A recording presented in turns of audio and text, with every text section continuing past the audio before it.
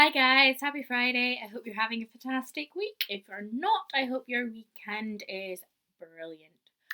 Today I am doing another tag because I have no idea what else to do. And I've seen so many amazing tags recently that I have wanted to take part in. So here goes. Today's tag, I'm doing the I messed up book tag. I will tag the creator and the video that I saw it on down below so you can check those out. I will also tag people. I will leave who I am tagging down below in the description because I haven't decided who I'm tagging. This is a spur of the moment filming. So, yes. Okay, number one, a character's appearance that you misread and imagined differently. Um, Quite a lot. It's really bad, but there's a lot of them. But the one that comes to mind is Jasper from Six of Crows. I did not imagine him like this. I imagined him very, very different. For one, his skin color was not like that.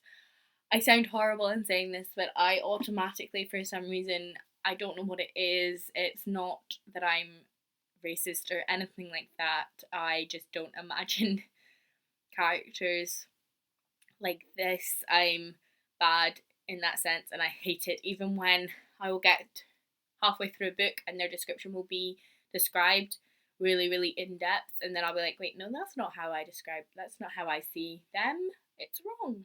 That's not how I see them. But yes, Jesper is one of my favourite characters in the series, in the duology, so I love him to pieces and he's hilarious.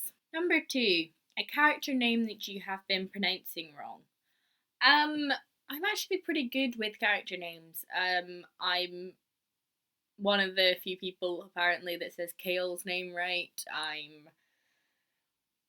Selena's never been an issue with me. Manon's never been an issue. Manon. It's yeah. I don't know. There's a lot of words that I pronounce wrong. Like all all of the words out of Lee Bardugo's series. Like the only reason I know them now is because I listened to Six of Crows as an audiobook, and like Copper Elnick is that one of them that I can kind of say. The rest of them I'm just like, it's a lot of letters and I'm just gonna move past and I will remember those letters at some other point.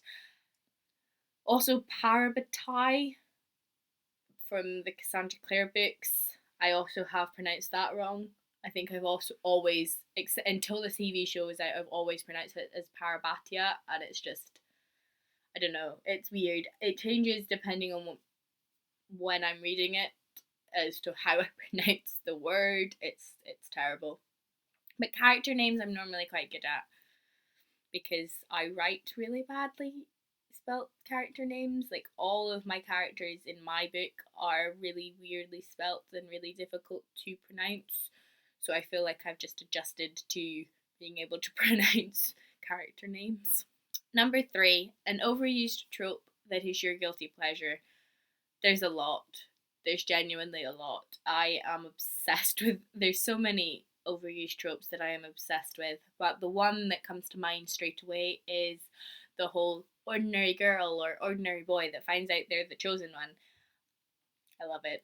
It's a problem, but I love it. If it's well written, it's amazing. I obviously am obsessed with the whole Clary Frey Mortal Instruments idea. I'm obsessed with Harry Potter. He is the chosen one. And all that lot. There's so many that are done like that, and I just love it. It's brilliant. Number four, a cliche character type that you prefer on screen than written. I have to say the whole geeky but cute clever boy thing, like Simon from the Mortal Instruments. I honestly, I love it. I love reading it. Don't get me wrong, I love it, but I think that the visual of that character type is much better. Um, the two adaptations that we've had of the Mortal Instruments, Simon has been my favourite character in both of them. I love Robert Sheehan and I love Alberto. I can't say his last name, but the guy who plays him in the TV show. They're both have done that cliche character type really really well, and I love it. So cliche nerdy boy in a film is just perfect. Number 5. Have you ever not completed reading a book for school? Yes. All of the books that I was given to read or told that I had to read for school for like my exams, I didn't read. I went on to like Wikipedia or something like that and I got the summary and just read the summary because it was so much shorter. I don't some of the books were brilliant. I do have to admit that a couple of the books that we read, like when I was in primary school, we read Holes, and honestly, I loved that book. That book was brilliant. But then there's some that I read in my high school years that I'm just like, no, not gonna happen. The most recent one being Cone Gatherers by Robin Jenkins. Terrible. It was really badly written, and to me, the way that it was written, he knew it was going to be analysed, and it's just awful. Did not like it at all. There's other books that I haven't enjoyed for reading for school. I feel that the fact that they were reading for school, I just didn't like them, and I had to be a rebel and read other books. Um, yeah, I don't like reading for school. I don't like reading if I'm made to do it. Like if I'm forced, if I'm like you have to read this, I'm like yeah, no, that's not happening.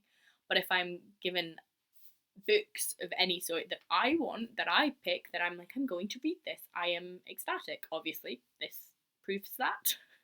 Number 6, a word or phrase that you learnt because of its use in a book. There's not many, but I would have to say mundane. I learned it because of the Cassandra Clare books, and it's the whole they're not a shadow hunter person, they're human. They're described as mundanes.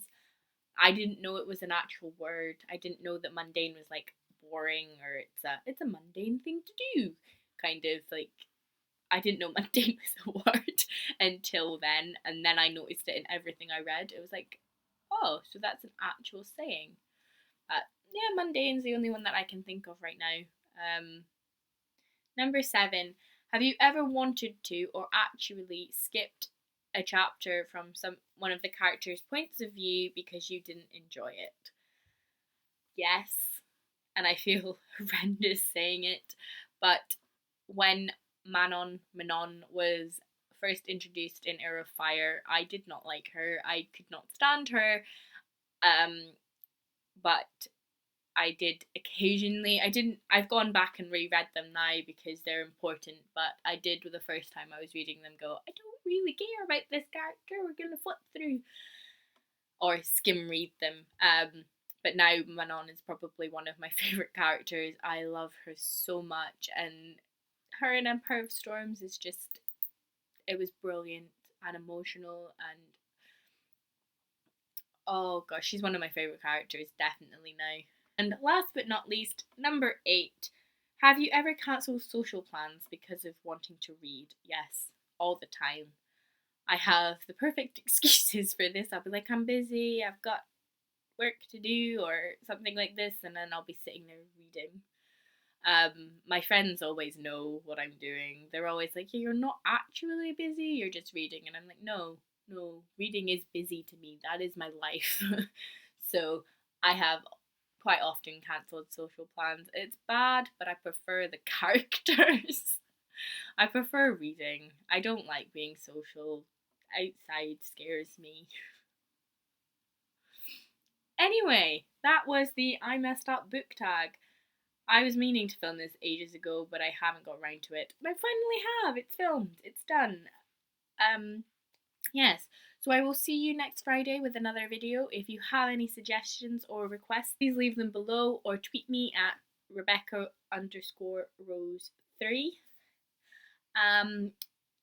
Yeah.